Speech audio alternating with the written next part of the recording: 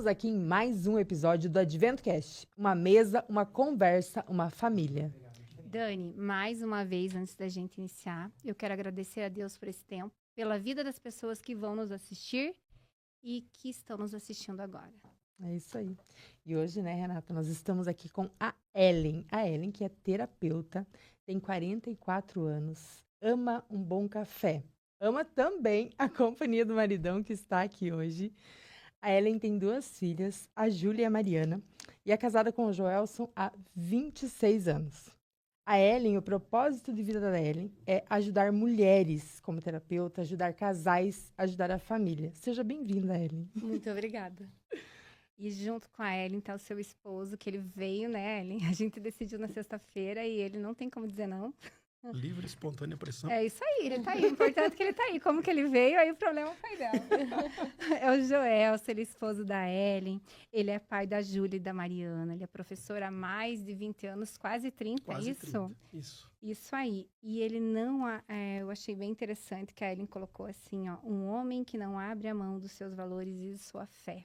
É uma bênção ter você aqui hoje, uma bênção ter vocês dois aqui hoje, tá? Como a gente falou anteriormente, hoje a gente está gravando num novo espaço. Estamos muito agradecidos pela equipe aí do estúdio. E é uma bênção ter vocês dois aqui, porque vocês estão estreando com a gente. Né? Chique, né? Em mais um espaço do AdventoCast. De né? certa forma, hoje também é uma estreia, né? Exatamente, é isso aí. Uma reestreia. Reestreia hoje. Ellen, a gente te trouxe aqui porque a gente se conheceu há um tempo aí no Encontro de Mulheres, nas Amigas de Jesus. A Dani já participou também. E o intuito do nosso programa, eu te falei, no dia que te conheci, te convidei, é o quê? É trazer pessoas que descobriram o que Jesus quer para a vida delas. Estamos aqui hoje porque foi uma promessa de Deus e o Senhor quer que a gente faça isso. Não importa em que tempo que seja e da forma que seja, né? E eu te convidei por conta disso, porque foi uma revelação, assim, que você faz hoje o que Deus pediu para que você fizesse. É isso, né? E eu quero que você fale um pouquinho, né, da história de vocês, você e o Joelson. A gente tem aqui um roteiro baseado nos desafios do casamento cristão.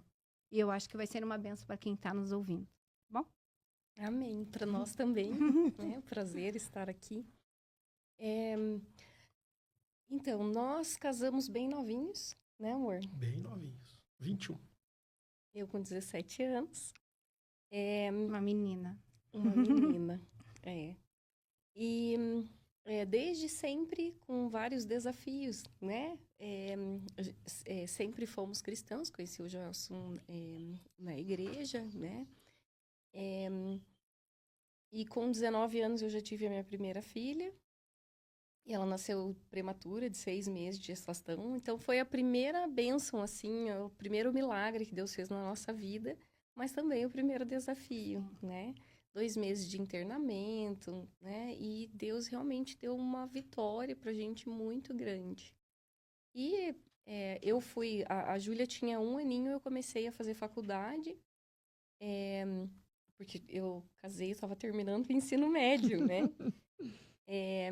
E a gente foi, ao mesmo tempo que construindo casa, família, lidando com situações na igreja, compromissos na igreja, né? Estudando, criando filho, tudo ao mesmo tempo, né? Aí depois, logo em seguida, a gente teve a Mariana também, com 5 anos de diferença. E em algum momento, a gente começou a se perder um do outro. Por conta da correria do dia a dia, talvez por falta de comunicação, hoje eu enxergo dessa forma também, né? E até porque a gente acaba repetindo o padrão de comportamento dos nossos pais, né? E a gente não sabe, não tem um script de como é um casamento, né? A gente vai construindo isso no dia a dia. Uma das coisas que me fez, inclusive, olhar para a parte terapêutica, olhar para a relação de casais, para a questão do feminino, da mulher, foi justamente os desafios que eu mesma enfrentei, né? O mundo, ele oferece um monte de oportunidades para a mulher, né? E ele diz para a mulher que ela tem que brilhar, que ela tem que se estrelar, que ela pode ser quem ela quiser, né? E a gente vai sendo iludido por isso. O homem, eu acredito que ele tem uma facilidade maior de obediência a Deus. Eu acho que é bíblico até, né? A relação, né? Interessante isso que ela falou agora, né? Foi bem... Então, assim, o homem tem... Você pode ver que ele tem uma facilidade maior com relação a comportamentos. E a gente tem que se esforçar um pouquinho mais. E como a gente está sempre em prol da vida, das pessoas, do mundo, do lado profissional, a gente vai se perdendo realmente, né? E a gente foi se perdendo. Dentro dessa relação, a gente foi se perdendo. E nós tivemos uma crise muito grande.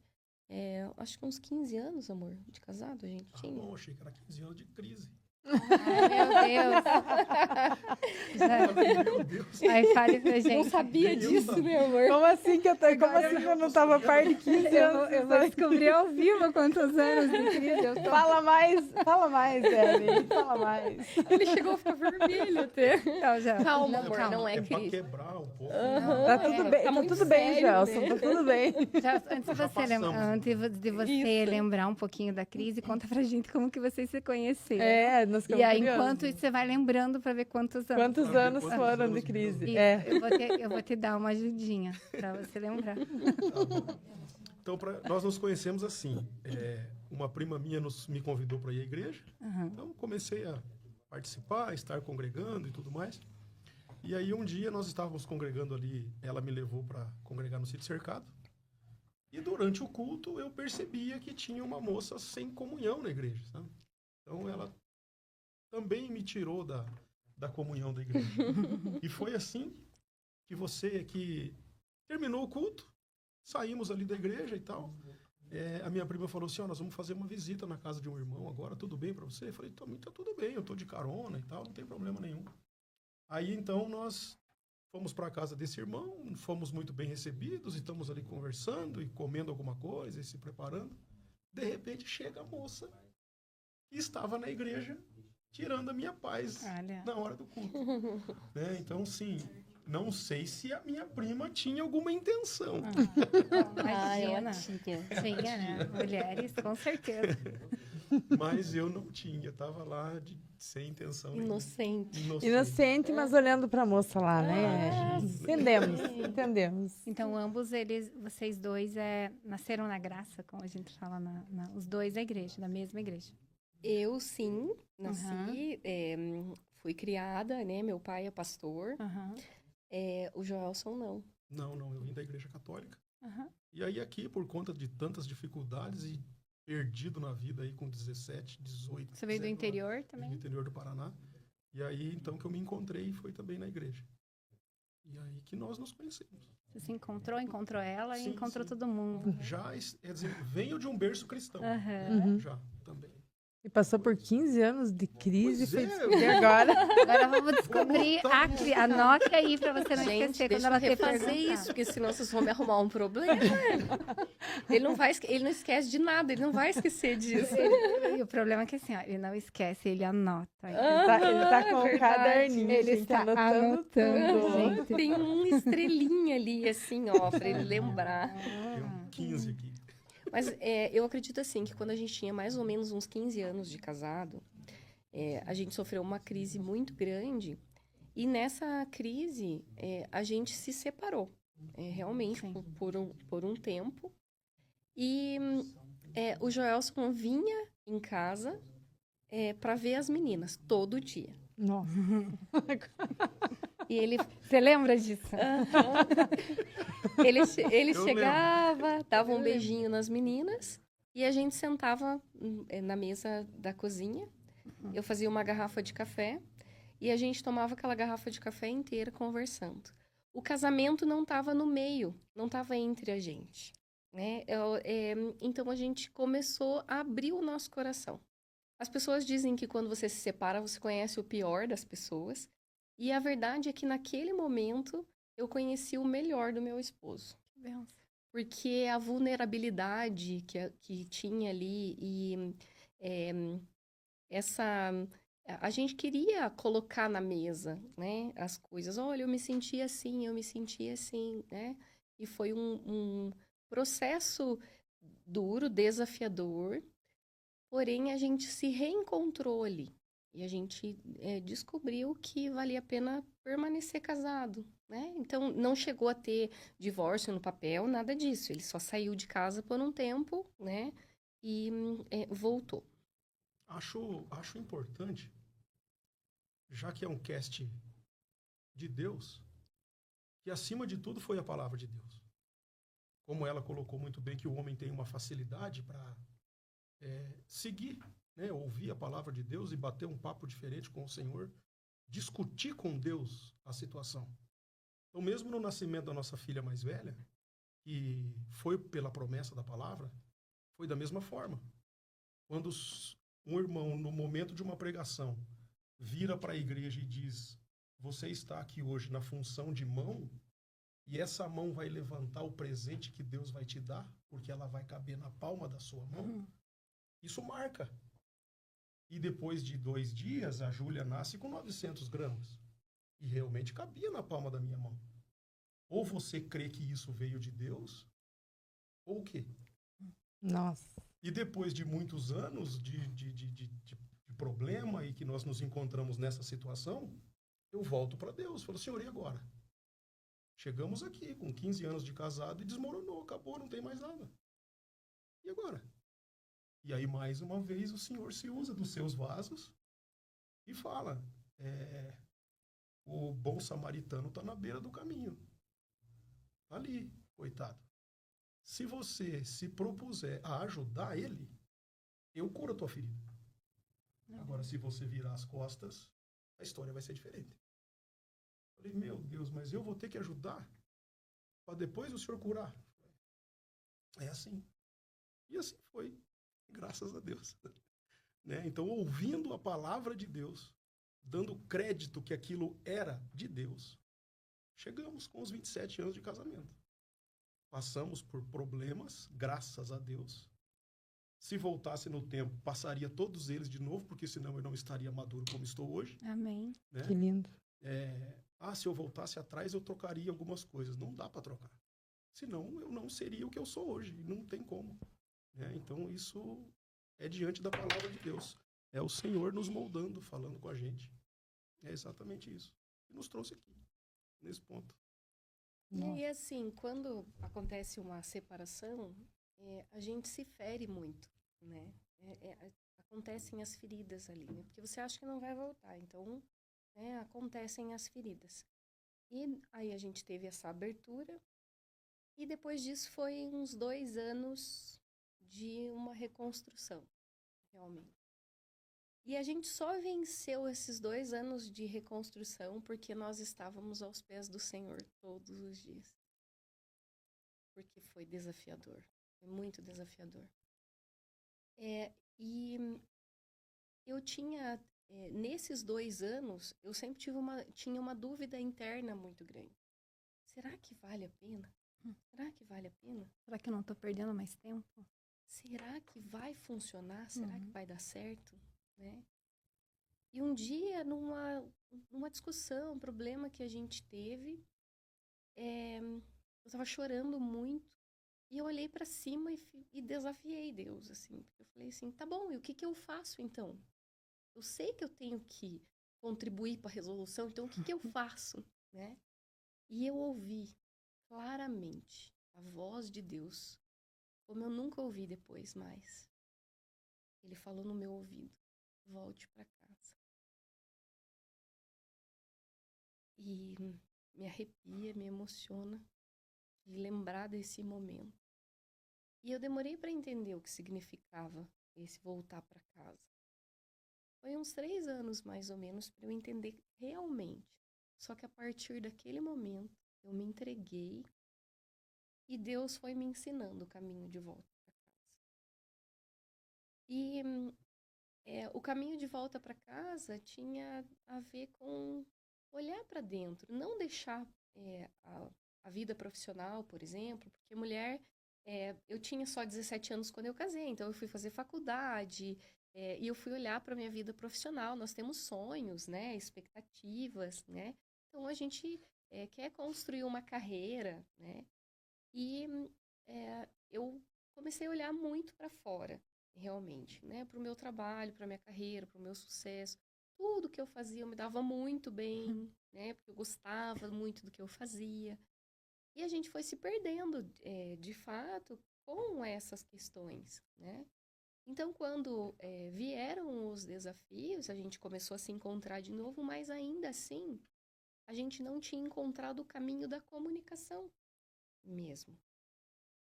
Então, quando o Senhor me chamou de volta para casa, que eu comecei a aprender esse caminho de volta para casa, no meio desse caminho eu entendi que eu precisava ensinar outras mulheres também esse caminho de voltar para casa. O que que era esse voltar para casa, né? Porque a gente se fala tanto em honra, né? Que a gente tem que honrar o marido, né? Que a gente tem que viver, a gente tem que ser submissa, que é viver sobre a mesma Eu missão. acho que assim, a gente tem muito discurso, muita informação, mas é muito difícil a gente entender. Sim, Porque a mulher, eu acho que diferente do homem, e ele vai estar aqui para conversar um pouquinho, a gente quer ser validada. E hoje a gente quer ser validada por um mundo que matou alguém que fez tudo por ele e nunca agradou ninguém. exatamente. Daí, quando a gente conversou aquele dia, eu te falei da questão do volta para casa, porque eu e a Dani estamos escrevendo um livro. E depois que a gente se conheceu lá, que você deu esse depoimento do voltar para casa, né? A gente estava numa. Para o pessoal entender, a gente participa de um grupo de Amigas de Jesus. Uma vez por mês, a gente tem uma reunião de mulheres que a gente levanta algum. E a Ellen foi convidada para participar e foi lá que eu conheci ela. E a gente estava muito nessa questão. Aí, um dia antes de eu ir pro grupo, eu sonhei com a capa do livro. Acordei essa daqui, ó. Eu sonhei, Deus pediu pra gente escrever um livro. E nós vamos escrever um livro. Meu Deus do céu, né? Vamos escrever um livro. Eu avisei todo mundo. Nós vamos escrever um livro. O advento delas, a trilha de volta para casa. Eu falei, a gente tem que contar como que a gente tá buscando ser uma mulher segundo o coração de Deus. E é o buscando. Aí, isso no sábado para domingo. Na segunda-feira, eu dou de cara com ela no encontro falando disso. Sobre a trilha de volta para casa. Isso. E assim, ó, a gente quer iniciar, a gente falou um pouco, fez uns tópicos para nossa entrevista, e eu quero que vocês dois deem uma visão, assim, porque eu acho que o voltar, né, Ellen, é isso que eu quero que você transmita para as pessoas que estão ouvindo, é entender qual é o seu papel e deixar ele fazer o papel dele.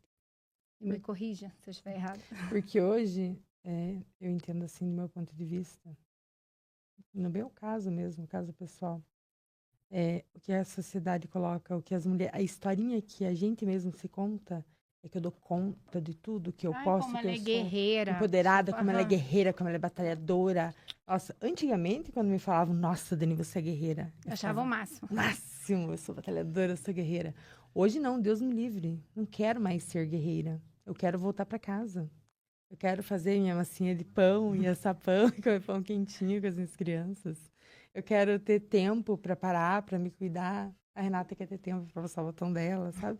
A gente quer desacelerar, entender qual é o nosso papel. Porque esse papel de empoderada, de guerreira, de batalhadora, está deixando as mulheres exaustas. Eu estou exausta, eu não quero mais ficar exausta. Tem várias mulheres que estão exaustas.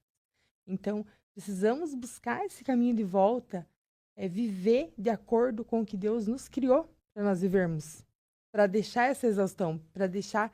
Tem muitas mulheres ainda que não têm o homem para fazer o seu papel. Mas mesmo assim, poder olhar para dentro de volta, se permitir, se permitir se olhar de volta, se olhar a sua essência, voltar à sua essência feminina. É que o homem, ele faz tão bem o papel dele que parece que é tão fácil.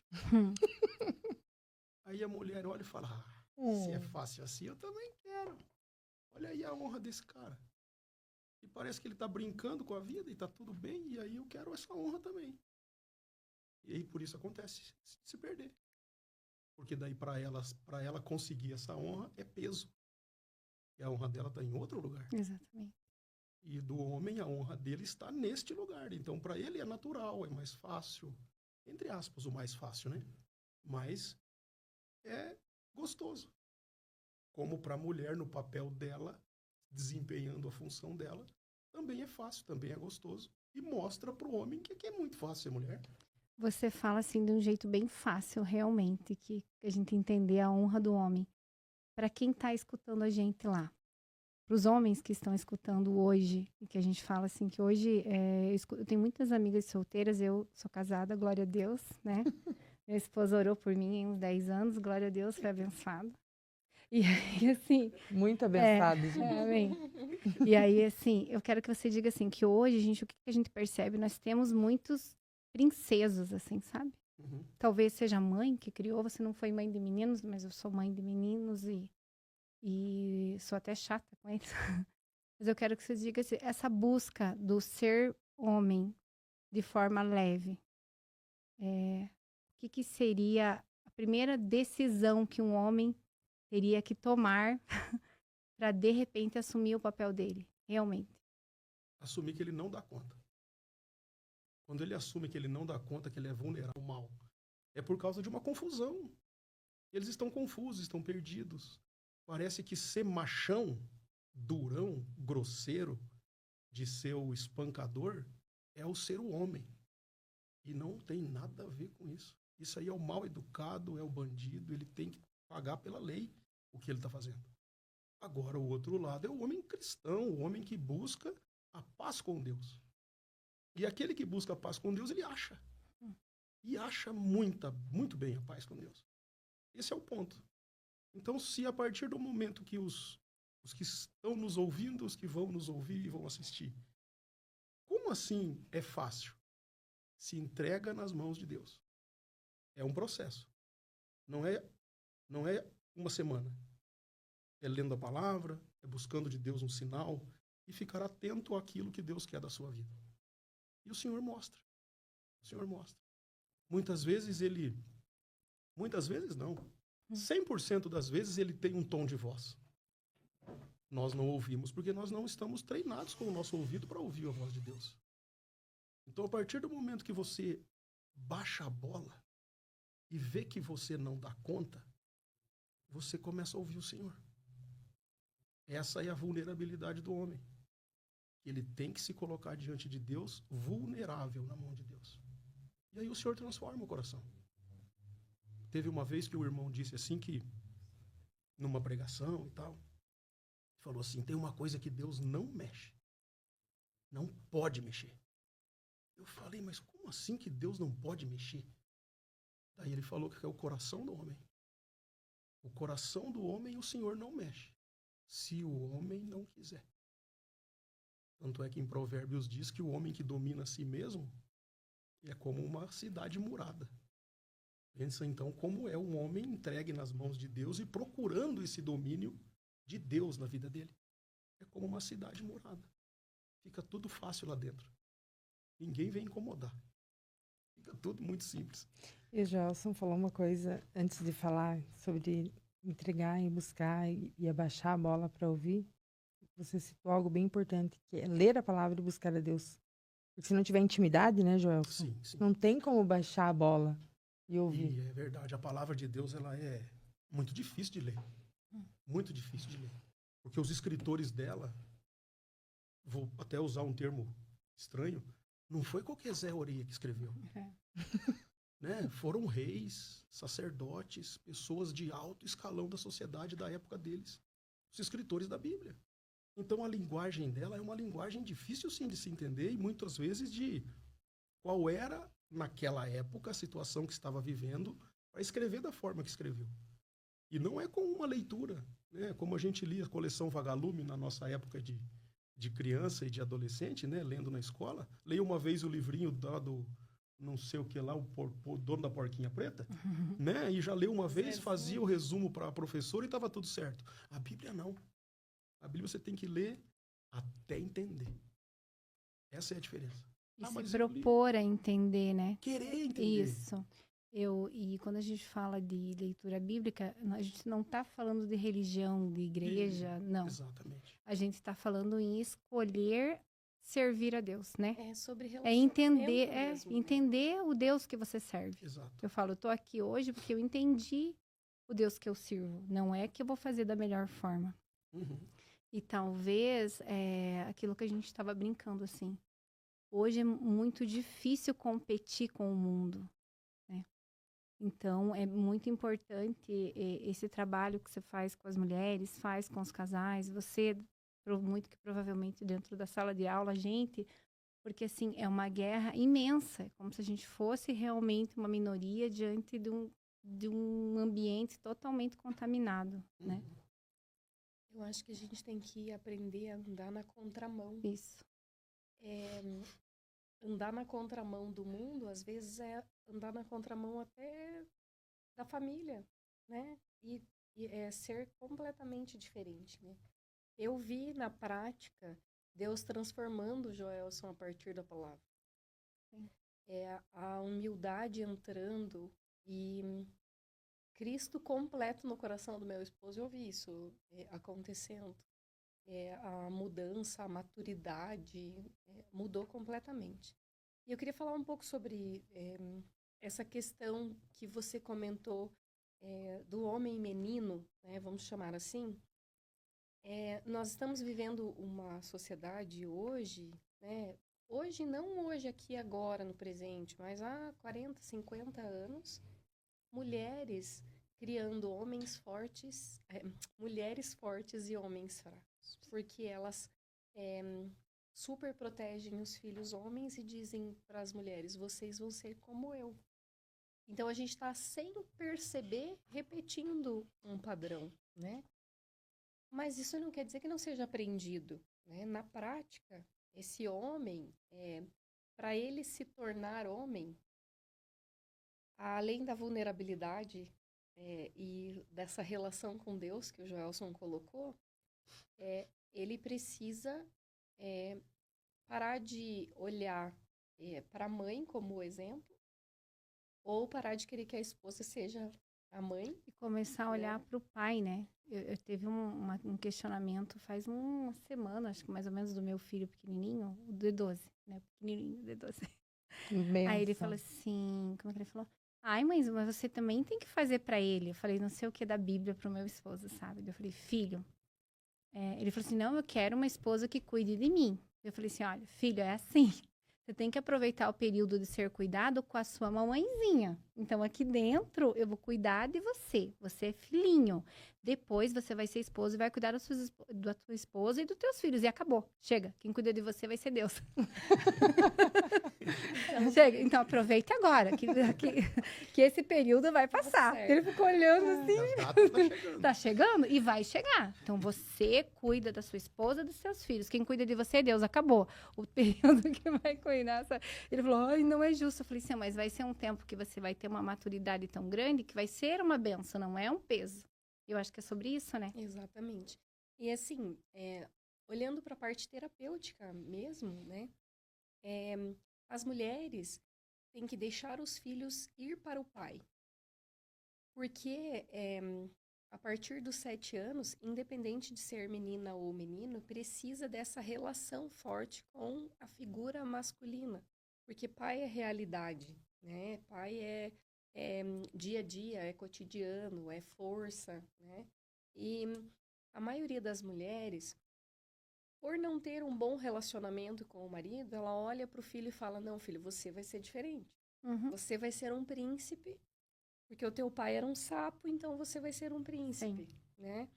E aí, a mulher, ela cria o filho homem para ser o esposo que ela não teve. Olha. Só que ela tem uma visão romantizada do masculino.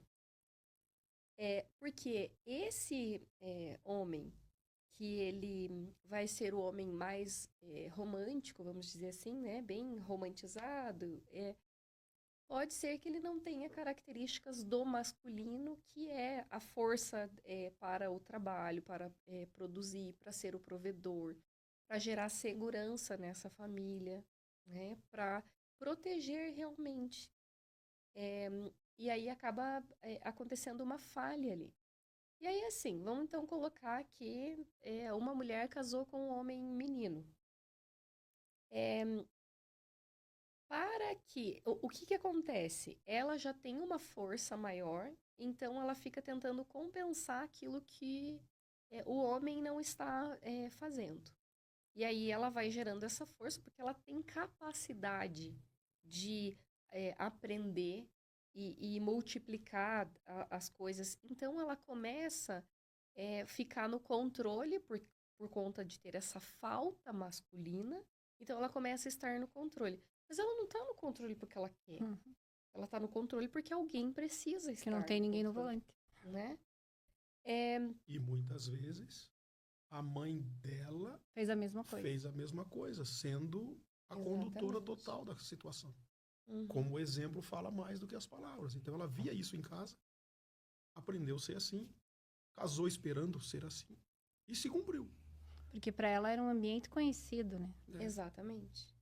E aí essa mulher, ela se fala, né, da mulher de sucesso, por exemplo, mas a mulher de sucesso, ela também precisa ser de sucesso em casa. A sociedade também cobra isso, né? Acontece que fazer 1000 coisas não é fazer nada direito. A verdade é essa, né? E a gente tem que entender a ordem de prioridade das coisas para chegar nesse feminino, então, né? Nessa mulher sábia que edifica a sua casa. Essa mulher de Provérbios 31. E eu já ouvi, assim, absurdamente, inclusive pastoras falando que é impossível ser a mulher de Provérbios 31. Como assim? A Bíblia não mente. Não a mente, palavra de Deus não mente, não volta atrás, é a verdade. Né? E aí eu fiquei instigada com isso, e fiquei muito reflexiva sobre isso. E aí lendo e também trazendo para essa parte terapêutica, né? Acontece que a mulher de Provérbios 31, ela não dá conta realmente de ser a mulher de Provérbios 31, porque muitas vezes ela não tem o marido de Provérbios 29, 30, né? Que inclusive são menos versículos até, que se fala do homem ali em Provérbios nessa parte, né? Porém, pense bem, se você tem um homem na sua casa, que ele é a força provedora, e aqui a gente não está falando de uma mulher que não trabalha necessariamente, né? E nem falando de o homem ter o salário maior. Exatamente. É a força provedora. Isso, ele mostra o norte. É a força provedora. Sim. É a preocupação financeira, é a flecha, né? É a força, né? Ele ser a provisão, ele ser a segurança, no sentido de que eu posso dormir tranquila. Eu, por exemplo, quando o Joelso viaja para casa dos pais dele, da mãe dele lá, que eu fico sozinha, eu não consigo dormir direito. E quando ele tá, eu durmo melhor. Por quê? Porque ele é a minha segurança. E o homem, ele tem que ser essa cobertura, então essa proteção, tanto física como espiritual. E daí é assim, se você tem um homem que protege e gera segurança, e um homem que ama a sua esposa como Cristo amou a igreja, você consegue ser a mulher de Provérbios 31. Sim. A mulher que tem essa tranquilidade. Exatamente, porque você está descansada nos braços desse homem. Eu sempre falo, a gente... Desculpa, pode perguntar. Falar. Mas assim, a gente fica mais inteligente quando tá em paz. Eu falo isso pra Dani. E é realmente isso. Eu quero que você pergunte pra ela como que... Pode falar, desculpa. Ela começou a falar sobre a mulher de Provérbios 31. Queria que você falasse, assim como o Joelson falou, sobre o papel do homem e como fazer, né, biblicamente, e como fica mais fácil, como fica mais leve fazer o papel de homem, que você fale sobre o papel da mulher, né? Você falou sobre a mulher de Provérbios 31. Como buscar o seu feminino, como exercitar seus dons. Fale sobre a submissão. Eu acho que até usando o teu exemplo, né? A gente falou bastante, mas assim, vocês fizeram o caminho inverso, né? Uhum. Você teve uma carreira de sucesso, quero que você conte isso, assim, resumidamente. Depois a gente ainda quer falar um pouquinho, mas acho que vai dar tempo, sobre a questão do sexo da honra. Porque a gente falou isso sobre que é bem importante, que pouco se aborda sobre isso. Porque pouco se fala. Uma das crises, talvez, sei lá, de muitos casais, você atende mais do que eu e vai poder falar um pouquinho melhor, é porque a questão da sexualidade no casal é pouco falada, né? Exatamente. Dentro da igreja é pouco falado. É tudo muito lindo, assim. Você vai, eu já fui em curso em retiro de mulheres, meu esposo já foi em retiro de homens, mas assim, a gente colocar o casal dentro de uma sala e falar realmente sobre sexualidade, eu acho que a gente não consegue, e talvez nem a igreja esteja preparada e nem a sociedade. Eu acho que é bem importante a gente falar sobre isso, né? Com certeza. Mas finalizando essa parte do caminho de volta, Sim. então, né? Então eu comecei a olhar muito para fora e é óbvio que porque não estava muito legal dentro também, Sim. né? Porque daí você vai buscar uma satisfação em alguma coisa, né? Eu gosto sempre de frisar isso porque assim, a gente não está aqui falando que tudo é responsabilidade da mulher, né? A responsabilidade é em conjunto. Casamento é 50%, 50%. Independente do que se trate. Certo ou errado. Responsabilidade, certo, errado, ou qualquer área da vida. As responsabilidades no casamento, elas são 50%, 50%, né? Então, aqui a gente não está falando isso, né? Da responsabilidade maior, né? Mas a gente está falando realmente de estar cada um no seu papel, né? E eu fui buscar fora esse sucesso, e aí você é aplaudida, né? As pessoas gostam de você, de quem você é, do seu trabalho e tudo mais. Você fica se realizando no trabalho, porque tá faltando também alguma coisa. Compensar, Para compensar, para entrar numa compensação, realmente, né? Mas aí você volta para casa e ainda sente o vazio. Ou seja, né, o lado profissional, o sucesso, não preenchia aquilo que realmente estava faltando. Então, depois que eu tive aquele, nem foi um papo, né, mas foi uma voz linda, né, de Deus no meu ouvido, então o Senhor começou a me ensinar a voltar para casa.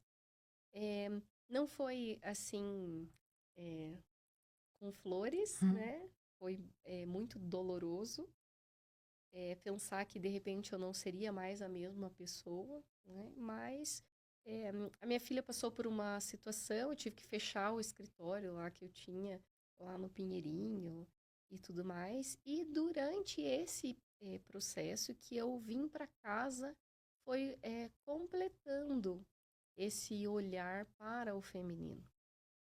E eu tinha muito uma coisa de controle, que parecia que se eu deixasse para o Joelso fazer, parecia que ele não ia fazer. Porque a mulher tem muito disso também, que né? o homem é sossegado, né? Ah, sério? Se você não fala... Nós nem adivinhávamos, já. Imagina. Se você não que fala... quer que faça no tempo dela. Isso. É outro E tempo. do jeito dela. Isso, jeito dela. exatamente. Então não é bem assim. Quer que eu faça? Então, beleza, senta aí. Que eu vou fazer. Já Espera, eu faço. 5 meses. Já eu faço.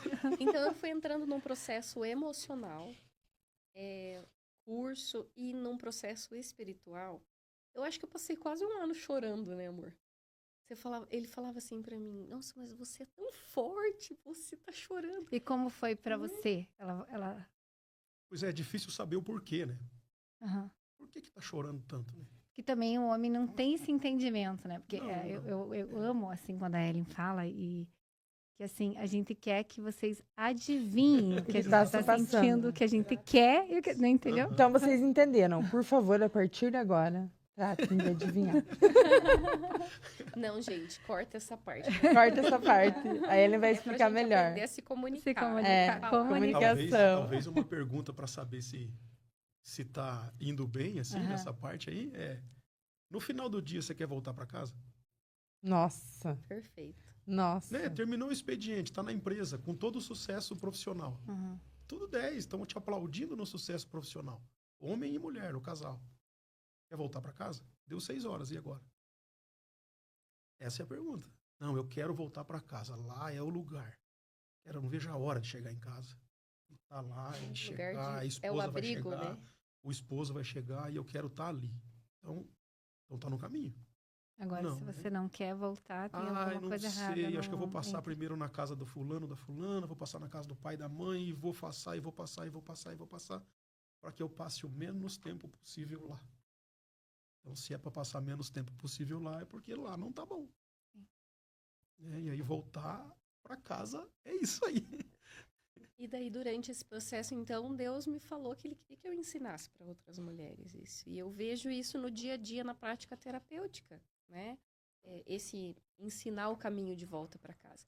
Então, eu passei por um processo de muito choro, porque eu comecei a voltar para o feminino. Eu estava muito no masculino, né? Que é essa mulher guerreira, a força, né? A super poderosa, né? E aí a gente tá vestida com uma couraça e por baixo tá todo machucado, né? A gente fala que quer ser, mas na prática... É a gente duro. só quer ser cuidada. Isso. Né? E eu precisei vivenciar esse processo e entender que eu também estava errada. Eu precisava humildecer, né? Eu precisava ser humilde diante daquela situação e entender que não era só ele. Porque às vezes a gente ora assim, né? Senhor, muda ele, né? Entra com providência. Entra com a providência nesse homem que eu não aguento mais. Pra ele cortar a grama, pra ele limpar o jardim pro Natal, né, amor? Senhor, faz uma obra É na uma vida revelação dele. aqui agora, Renata. Mas a verdade é que, independente do homem ser um homem com H maiúsculo, ou se for um homem menino que não aprendeu a ser essa segurança, essa força, a mudança começa na mulher. Porque na palavra de Deus está escrito que nós somos a sabedoria da nossa casa. Você pode ver que o dia que a gente está triste, parece que a casa está triste. Desmorona tudo, né? O dia que a gente está feliz, a casa está feliz, né? Então, a gente é esse ponto de sabedoria. E sabedoria é às vezes se calar e às vezes também falar, né? Mas não é estar nessa posição de mãe. Olha, faça isso, tira a toalha molhada de cima da cama, abaixa a tampa do vaso, faz não sei o quê, faz não sei o quê. Você está na posição de mãe, né? E aí, quando você muda esse comportamento e vem para o seu lugar de esposa mesmo, você vai lidar com essa situação de outra forma.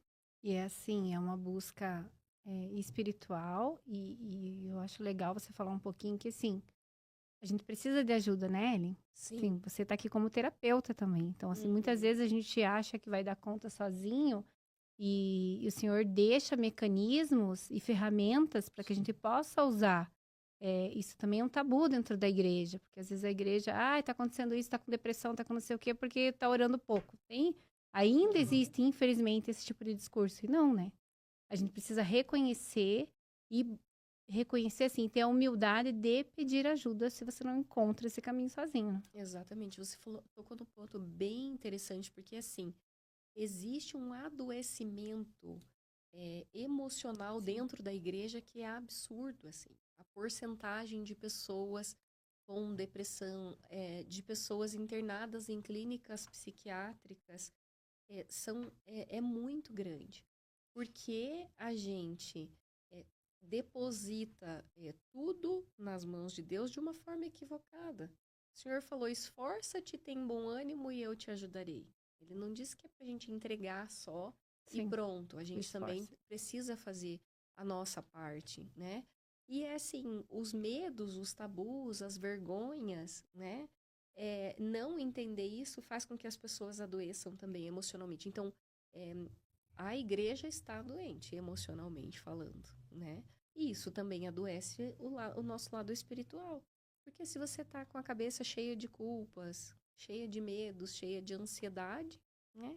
O Senhor falou, não andeis ansioso por coisa alguma. E vocês dois mesmos tiveram essa conversa meio terapêutica para poder reconhecer essa necessidade de mudar, né? Sim, porque você leva um tapa, né? Leva um tapa, como a gente dizia, é um toque na moleira, né? Bem na moleira. Né? E esse toque na moleira, ele coloca você de cabeça, baixa a cabeça. Você baixa a cabeça. E aí, eu não vejo outro lugar para buscar senão no Senhor. Né? Porque depois de começar a ler a Bíblia e querer muito entender o que está ali, eu não coloco mais na mão de homem o meu destino espiritual. Não faz sentido. Se existe um livro para me direcionar, basta eu ir atrás do que está ali. Sim. Ah, eu não entendi. Tudo bem, então você não entendeu, busca quem já está há mais tempo nesse caminho e pode te auxiliar. Vai te mostrar. Mas é a nossa responsabilidade, é o individual, é cada um, é lendo e buscando de Deus o que fazer. Né? É muita responsabilidade uma salvação para depositar na mão de outro. É mesmo. Vocês estavam falando quando vocês começaram a reconciliar, e daí já vou puxar aqui a pergunta já sobre a sexualidade no casamento. Ele vinha para dar um beijo nas meninas todos os dias. Mas a Ellen esperava ele com uma garrafa de café. Então, os dois queriam voltar. Os dois queriam fazer a história dar certo de volta. E agora sobre intimidade, né, a sexualidade. A minha pergunta é, como que o casal na vida cristã pode cultivar uma vida sexual assim, plena, saudável, bonita na vida cristã? Sem culpa. Sem culpa. Eu acho que ele podia responder pra gente agora, pra gente ver a visão do homem. Depois ela fala, só pra eu não copiar dela. Gente, Renata, se comporta com os nossos convidados. É assim, né, que a vida sexual no casal não pode ter fantasias. O homem é visual. E ele passa o dia vendo. E esses estímulos diários do homem, se ele traz isso para dentro de casa, no leito, isso é um erro. Muito erro. Porque ele vai ver uma fantasia que não existe. Uma performance que não existe. Porque ali no leito sem mácula, como diz na palavra de Deus, não deve ter isso. Então ele deve saber diferenciar muito bem esse leito sem mácula. Então, como é o relacionamento do homem e da mulher de Deus? O que a natureza nos deixou para fazer. Mas isso não é culpa? De jeito nenhum. E não deve ser. Se encara isso como culpa, como peso, como alguma situação diferente, tem alguma coisa que você precisa resolver. Você tem um trauma, você tem uma história, você tem um histórico que te deixou machucado nesse ponto. E você tem que buscar resolver isso. Então, para que o leito seja sem mácula, como diz na palavra.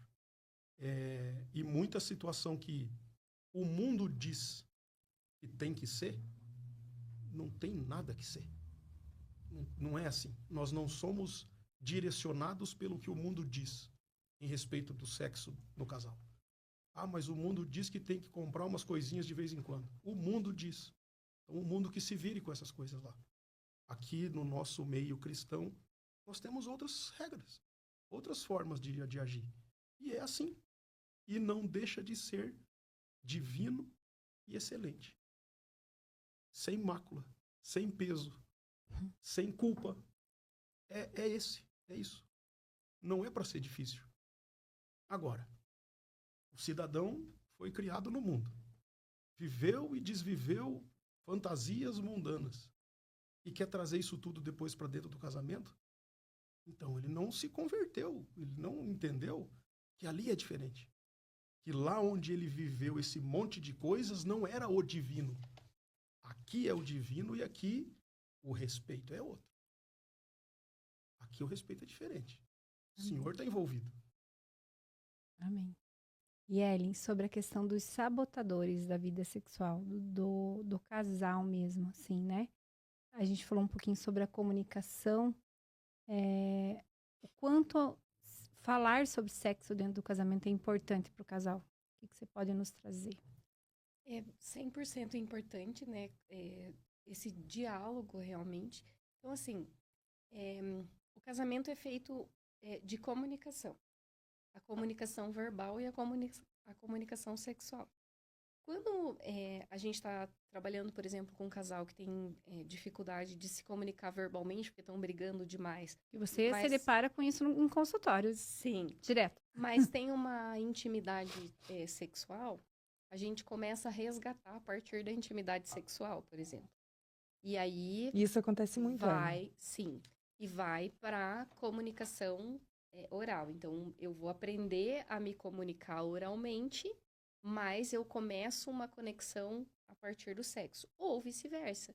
Então, eu não tenho nada, nem comunicação verbal e nem comunicação sexual.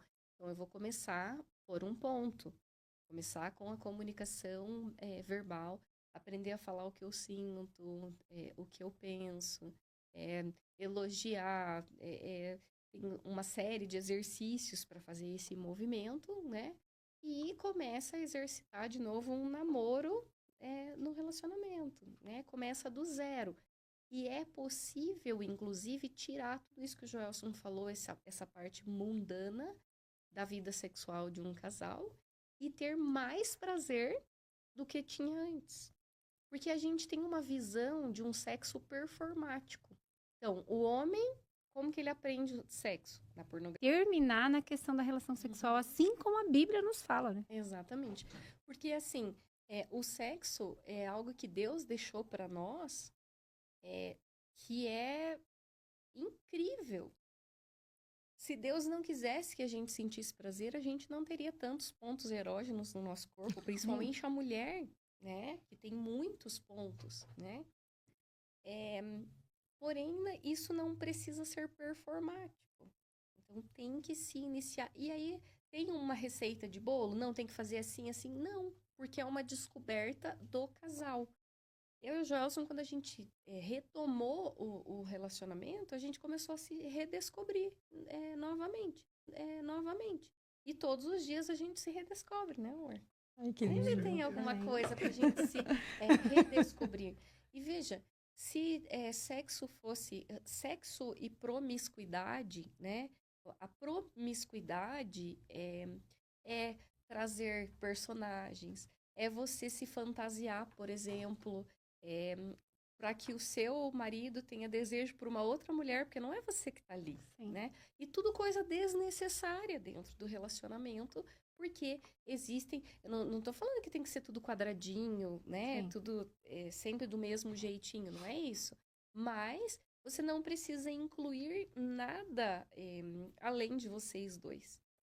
E é assim, é incrível porque a gente percebe claramente quando o casal tem uma boa relação sexual, uma boa relação de comunicação, porque eles se complementam no posicionamento, na forma de se mexer. É como se eles fossem um só, realmente. Que legal. Você observa isso. Então, assim, tem uma cumplicidade no olhar, no comportamento desse casal, porque tem essa intimidade.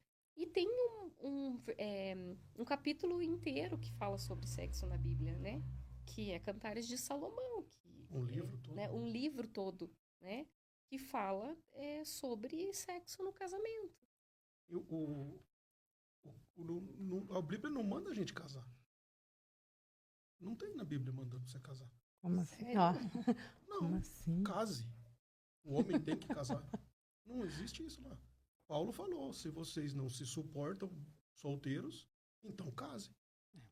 Mas o ideal é que fosse como eu, que não se casasse, que se abstesse desse tipo de situação. Mas já que vocês não dão conta, Já que você casou, deu um jeito. então case. Né? Aí o casamento, nós vamos lá em Gênesis, já no começo da criação de tudo. Que deixará o homem, seu pai e sua mãe, e se unirá a uma mulher. É aí o ponto. Né? Daí você continua nessa leitura, e aí você vai ver que Abraão manda buscar a esposa para Isaac. E quando ele viu ela pela primeira vez, ele amou ela. Que lindo. É a primeira vez que fala de amor na Bíblia. Quando ele a viu, ele amou. Ele amou. Pessoal, a conversa está maravilhosa. Mas nós precisamos finalizar. Mas antes de finalizar, eu quero deixar uma pergunta para vocês. Uma palavra. Se vocês pudessem dar uma chave para um casamento à prova de crise duradouro, qual é o pilar fundamental? Um de cada vez. Um de cada vez, claro. Agora é sua vez, então, né? Porque eu já fui da outra. A primeira? Vamos dividir. Olha que lindo. Então, assim, ó. Não existe um segredo específico, mas uma cumplicidade. Cumplicidade. A vulnerabilidade de um para com o outro. É o único lugar em que o homem consegue ser vulnerável é na relação. Então, se ele tiver Ellen, eu quero que você olhe pra essa cá troca... pra falar Ah, pro tá bom, pessoal. desculpa, Não, gente, tudo eu bem. Para de mexer. É que agora eu quero que você olhe. Agora é a chave, gente. Prestem atenção que é a chave para um casamento. É.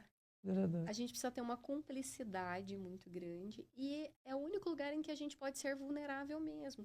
Não conte com uma amiga, mas conte com o seu esposo. Isso.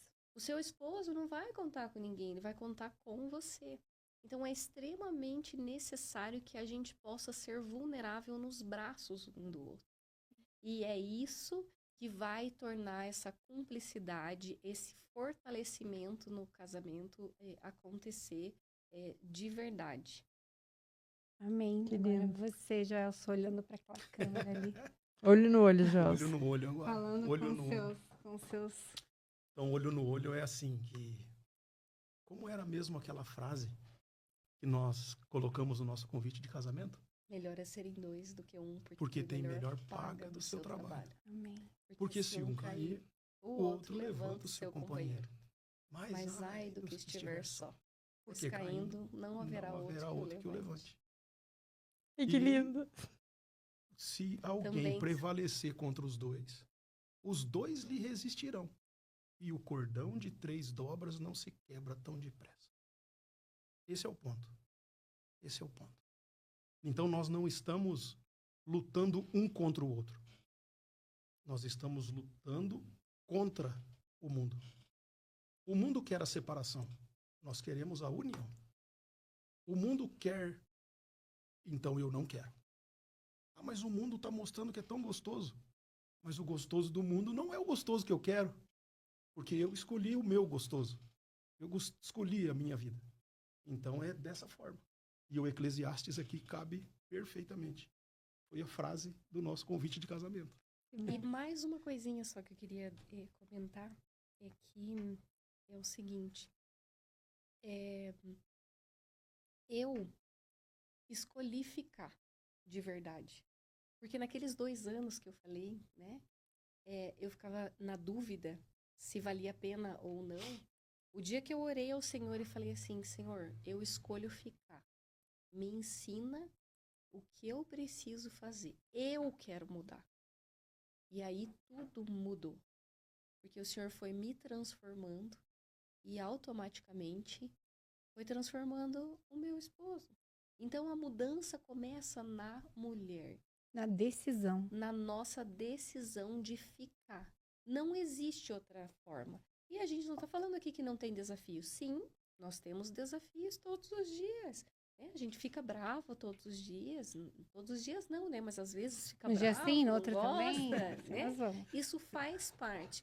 Mas escolher ficar e lutar pelo relacionamento, aí quando você faz essa escolha diária, Deus entra junto para que o cordão não se quebre. Amém. Que É que a bonito. separação não deve estar como opção, né? De forma alguma. Não, ela não está na lista. Vamos nos separar, não está na lista. Esse é o ponto também, né? Porque se a partir do momento que eu ou ela coloca na lista que separação é um ponto, então vai acontecer. Agora, se separação não existe na nossa lista, então você vai lutar com unhas e dentes para permanecer, enfrentar as dificuldades, os problemas que todo dia tem.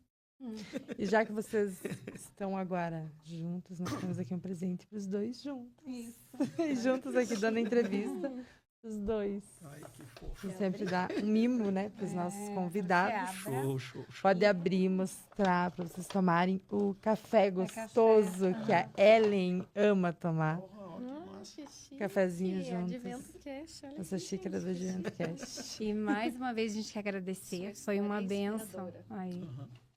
Foi uma bênção ter vocês aqui hoje.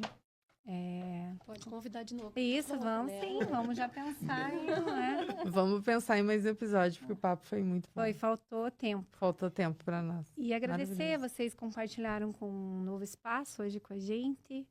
E eu creio que muitas pessoas precisavam ouvir o que vocês falaram hoje. E independente do número de pessoas que forem alcançadas, eu creio que tem alguém que está precisando Alguém que está disso. precisando Está ouvir. precisando ouvir. A gente vai colocar o Instagram da Ellen no vídeo Isso. lá. A Ellen é terapeuta, né, Ellen? Aí, se vocês tiverem alguma dúvida para entrar em contato com ela, a gente consegue ir encaminhando. E se precisarem de ajuda, que a Ellen com certeza é um instrumento nas mãos de Deus aí para os casais, para as mulheres, enfim. Para a né? família. Para a família. Porque O caminho de volta para casa. Exatamente. Porque o Advento é isso. É família junto. E é uma bênção receber a família de vocês aqui hoje. Muito Foi obrigada uma pela bênção, presença. tá bom? Obrigada, Joel, Vocês. por ter vindo. E para vocês aí de casa, não esqueçam